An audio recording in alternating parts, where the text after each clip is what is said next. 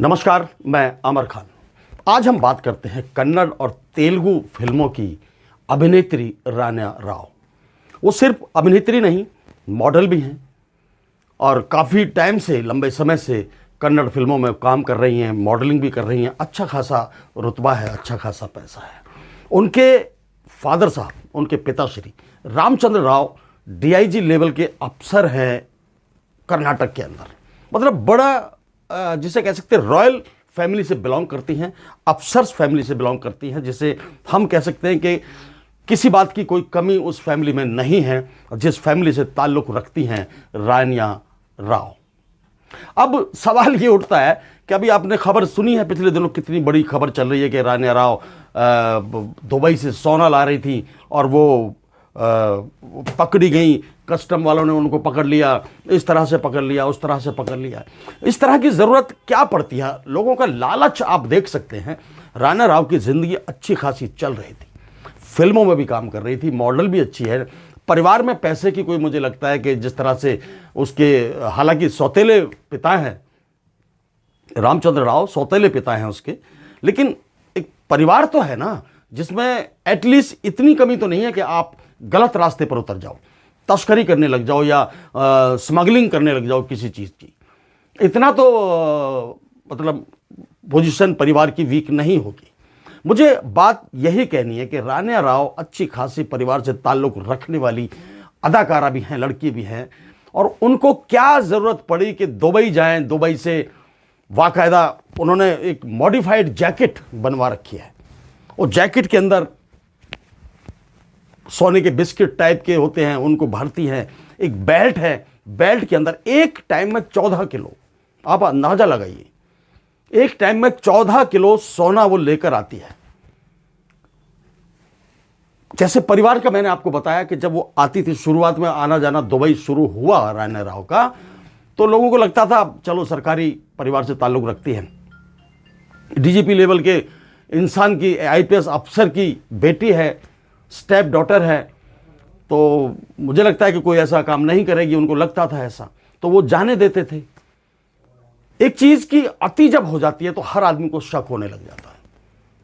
आप बिल्कुल ज़्यादा शरीफ बन रहे हैं, ज़्यादा शरीफ बन रहे हैं, और इतने ज़्यादा शरीफ बन रहे हैं तो लोग सोचने लगते हैं यार ये शरीफ क्यों बन रहा है, इतना शरीफ, मुझे समझ नहीं आ रहा है इतना शरीफ क्यों बन रहा है, या ये नाटक कर रहा है शरीफ बनने का, या आप बहुत किसी को गलत सलत कर दिया, फिर आप उस पर गलत पे गलत, गलत पे गलत करते चले जाएंगे, तो एक दिन लोगों की ना अंदर से बर्दाश्त खत्म हो जाती है। फिर कहेंगे जब तू हमें नहीं बख्श रहा तो हम तुझे क्यों बख्शते, आज आ हम तेरा मुकाबला करते हैं।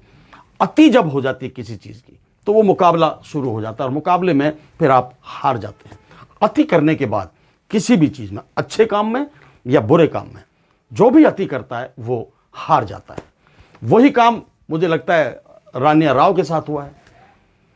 भाई साल में 2 बार, 3 बार, 4 बार या महीने में 1 बार आप लगा लीजिए, दुबई के चक्कर लगाइए, वहाँ से गोल्ड लाइए, या कोई भी आपको लगता है इस तरह की चीज़ें, पहनने वाली चीज़ें जिससे आप हिंदुस्तान के अंदर आकर उसे सेल करती होंगी या किसी के हैंडओवर करती होंगी, या आप जाने, ऊपर वाला जाने। तो जब लोगों को लगने लगा कि ये लगातार जा रही है, लगातार आ रही है, एक साल में 30 बार, 30 बार तो बहुत ज़्यादा मायने रखता है।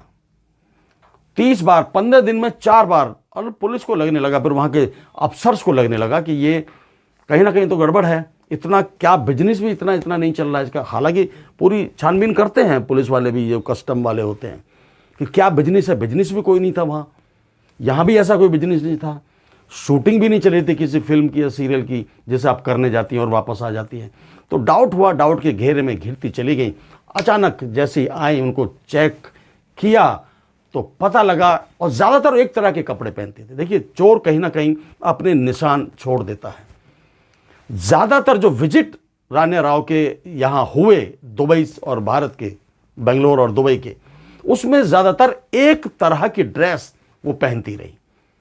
वो ड्रेस बार बार तो बनवाई नहीं जाती, मॉडिफाइड ड्रेस थी। अब लोगों को लगता था, इसको खुद को लगता था कि मैं, थोड़ा सरकारी परिवार है, लेवल है, तो उसमें ज़्यादा मेरे पर जो चेकिंग वैकिंग है, ज़्यादा ताक झांक नहीं होगा, इसलिए अपना काम करती चली जाती हैं।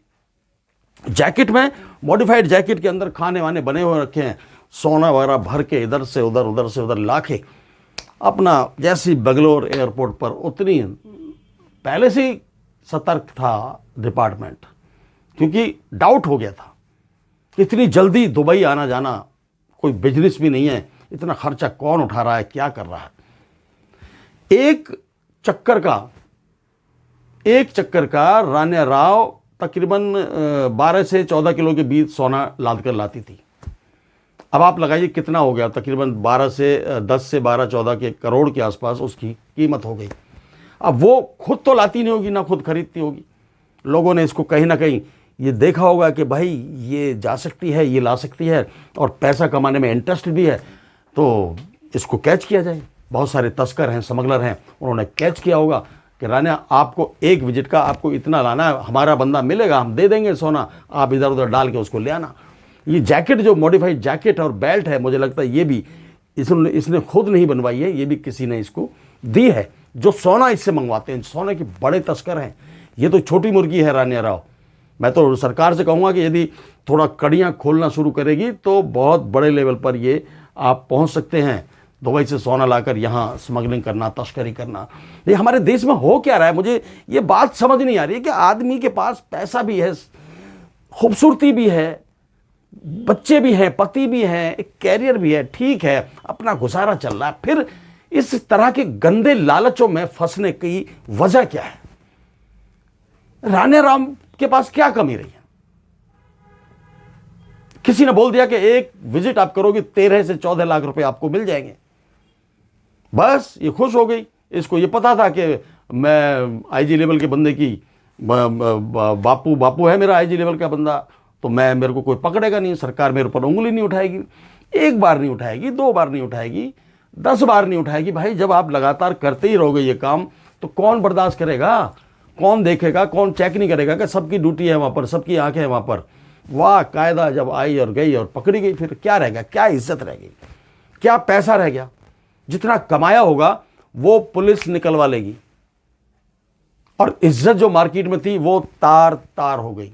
और उसके बाद जिनके इशारों पर तुम काम करती थी, जिनके लिए तुम काम करती थी, वो भी फंसेंगे और तुम भी फंसोगी। पूरा का पूरा जो चेन है ये खुलकर सामने आ जाएगी। रान्या राव, ये बहुत गलत स्टेप आपने लिया है। अच्छे परिवार से ताल्लुक़ रखती हैं, इस तरह का मैसेज आप अपने साथ के लोगों को, साथी लड़कियों को, को एक्टर्स को, सोसाइटी को देती हैं कि जो यंगस्टर हैं वो सुधरने का रास्ता ही नहीं मिल पा रहा उनको। अब आपको ऐसा तो नहीं है कि आपको अकेले ही पता होगा, ये कई लोगों को आपको पता भी होगा। आप बड़ी हंसी खुशी जाती है, लोग सोच रहे होंगे, आपके जो फैन फॉलोइंग है वो सोच रही होगी कि यार इसको हम इतना पसंद करते थे, ये तो तस्कर निकली, तस्करी करती है, सोने की तस्करी करती है। तो ये मैसेज अच्छा नहीं है रान्या राव समाज के लिए। आपने अपने फादर साहब का भी नाम नीचा किया है, उनका सर झुका दिया आपने समाज के अंदर। सबक लेना चाहिए आपको भी, और हमारे जैसे आप जैसे और यंगस्टर जो करने वाले हैं इस तरह के काम को, तो छोड़ दीजिए, ख़त्म करिए। आपका जन्म कब हुआ? मैं रान्या राव का जन्म आपको बताता हूँ। देखिए उम्र, देखिए 28 मई 1993। मॉडल और अभिनेत्री हैं, रान्या राव नाम है इनका। पिताश्री रामचंद्र राव, शिक्षा इनकी बेंगलुरु से, वेल एजुकेटेड लड़की हैं, मॉडलिंग कर